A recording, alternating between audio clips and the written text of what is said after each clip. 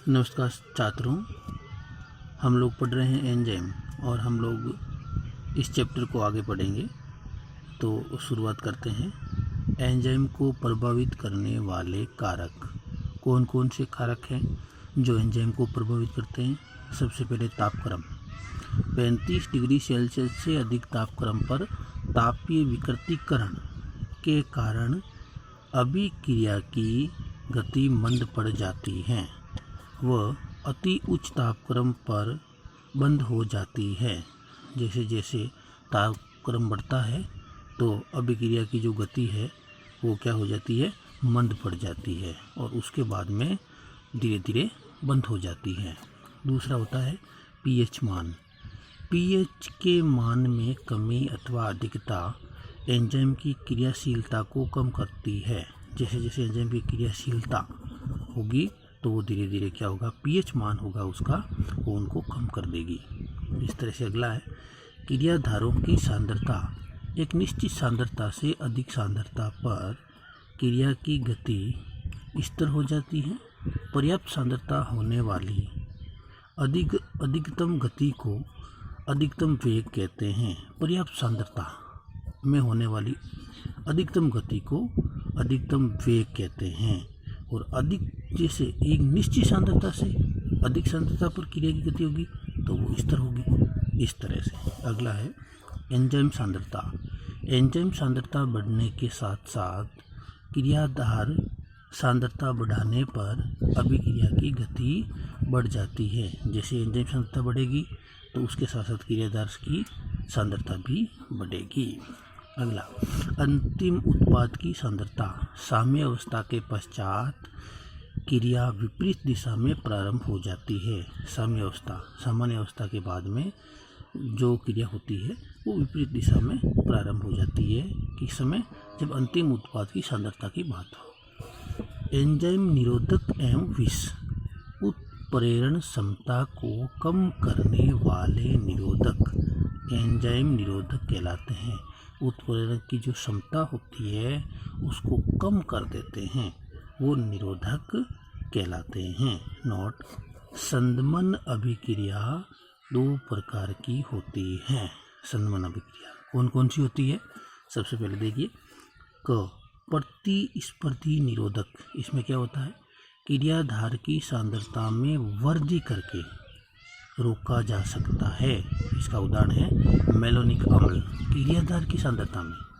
और दूसरा है अप्रतिस्पर्धी निरोधक, और इसमें क्या होता है, एंजाइम की सांद्रता बढ़ाकर रोका जा सकता है। देखो, प्रतिस्पर्धी में तो क्रियाधार है और अप्रतिस्पर्धी में एंजाइम की सांद्रता, और इसका उदाहरण है Ag++।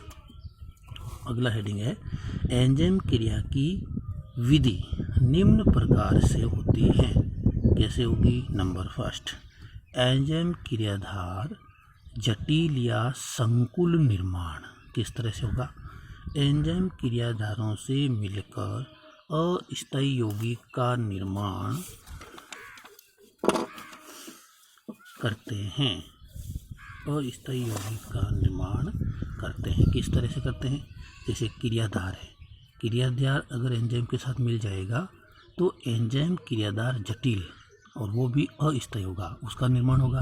फिर क्या होगा, एंजाइम क्रियाधार जटिल अगर आगे क्रिया करेगा तो वो क्या करेगा, टूट जाएगा। किस किस में? एंजाइम प्लस उत्पाद दोनों के अंदर। अब देख लीजिए चित्र के अंदर भी एंजाइम की क्रिया, ये जैसे मान लीजिए एंजाइम है और सक्रिय स्थल है इनका, जो ये जगह है, और फिर उसके बाद में ये इनका क्रियाधार है। भाग इनका ही है लेकिन अलग अलग है। फिर अगर इनको जोड़ेंगे तो ये क्या करेंगे, एंजाइम क्रियाधार जटिल बनाएंगे और मध्यवर्ती सम्मिश्रण बना। और उसके बाद में अगर इनको एंजाइम क्रियाधार जटिल को भी क्रिया होगी तो हो जाएगा एंजाइम प्लस उत्पाद। जो सब भी उनके जो भाग हैं वो अलग अलग हो जाएंगे। आगे हैं एंजाइम की क्रियाविधि। एंजाइम क्रियाधार संकुल बनाने की प्रक्रिया को दो सिद्धांतों से समझाया जा सकता है। कौन कौन से? पहला है ताला कुंजी सिद्धांत। देखते हैं ताला कुंजी। ये इसका प्रतिपादन करने वाले थे एमिल फिशर, 1984 द्वारा किया गया था। उनके अनुसार क्या नियम था देखिए, एक ताला उसकी चाबी से ही खोला जा सकता है। ठीक इसी प्रकार एक विशेष आकार का क्रियाधार ही एंजाइम की विशेष सक्रिय सतह से बना सकता है। तो एमिल फिशर ने ताला चाबी का उदाहरण दिया था। जैसे मान लीजिए चाबी है, चाबी को एंजाइम अणु माना गया है, ताला है उसको क्रियाधार माना गया है, और फिर अगर इनको जैसे हम इस ताले को खोलेंगे तो ये बन जाएगा एंजाइम क्रियाधार सम्मिश्रण। अगर इनको हम अलग करते हैं तो ये चाबी एंजाइम्स है, और उसके बाद में इनके अंदर जैसे उत्पाद है, और जो लोक हैं उस लोक का जो ऊपरी भाग है, शीर्ष भाग, हेड भाग है वो, और उनका जो नीचे का भाग है, टेल भाग है वो। इस तरह से एंजाइम क्रियाविधि का ताला चाबी सिद्धांत। और उसके बाद में दूसरा जो आता है प्रेरित अंशजन सिद्धांत। ये देने वाले वैज्ञानिक का नाम है कोस्टलैंड। उन्होंने 1966 में ये प्रतिपादित किया था और बताया था कि एंजाइम में उपस्थित सक्रिय स्थल क्रियाधारों द्वारा प्रेरित होकर अनुपूरक बनाते हैं, मतलब संयोजनों के लिए मामूली परिवर्तन कर लेते हैं और फिर उनको उसमें जुड़ जाते हैं। कैसे? जैसे मान लीजिए एंजाइम में सक्रिय स्थल है, अब इसके साथ ये जो क्रियाधार है, अब एंजाइम क्रियाधार मध्यवर्ती सम्मिश्रण के अंदर या जैसे मान लीजिए सेट हो गया है, तो वे क्या करेंगे, मामूली परिवर्तन कर लेंगे और इसको संयोजन कर लेंगे, इसके साथ इनको जोड़ लेंगे। इस तरह से एंजाइम उत्पाद प्राप्त होता है। आगे हैं एंजाइम क्रियाविधि का प्रेरित अंशजन, जिसमें सब स्ट्रेस्ड कॉम्प्लेक्स एंजाइम क्रियाधार जटिल बनाता है। इस तरह से क्रिया होती है। अब दूसरा इनका आता है सक्रियण ऊर्जा में कमी। किस तरह से? अभिक्रिया प्रारंभ करने के लिए आवश्यक ऊर्जा सक्रियण ऊर्जा कहलाती है। कोई भी अभिक्रिया को प्रारंभ करने के लिए आवश्यक ऊर्जा होगी, उसको सक्रियण ऊर्जा कहते हैं। नोट में देखिए, एंजाइमों में ये विशेषता होती है कि वे क्रियाधार के अणुओं के सक्रियण के लिए आवश्यक ऊर्जा को कम कर देते हैं। इसमें होती विशेषता एंजाइमों में, जैसे विभव ऊर्जा है, क्रियाधार की दर है।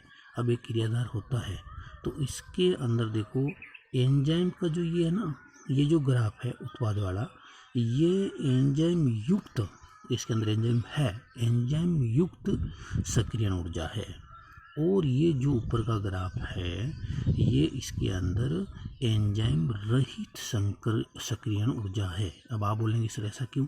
ऐसा इसलिए कि एंजाइमों में विशेषता होती है कि वो क्रियाधार के अणुओं के सक्रियण के लिए आवश्यक ऊर्जा को कम कर देते हैं।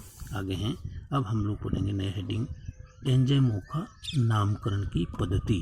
तो ये देखो, इसके बारे में जानकारी देने वाले थे ड्यूलॉक्स 1883 के अनुसार एंजाइम के नाम के अंत में ASE पर प्रयुक्त प्रत्यय द्वारा किया जाता है। अगर इनके पीछे प्रत्यय मतलब किसी के पीछे जोड़ना, अगर ईज लगा देते हैं, जैसे नोट, एंजाइम नामकरण की दो प्रचलित हुई पद्धतियाँ हैं। कौन कौन सी? सबसे पहले क्रियाधार के आधार पर नाम के अंत में एज लगा देते हैं, जैसे सुक्रेज, लाइपेज, इस तरह से। दूसरी है रासायनिक क्रिया के आधार पर नाम उनके द्वारा उत्प्रेरित क्रिया के आधार पर रखा जाता है। उत्प्रेरित क्रिया के आधार पर, जैसे हाइड्रोलेजेज, ऑक्सीडेजेज, इस तरह से। अगला है हेडिंग है एंजाइमों का वर्गीकरण।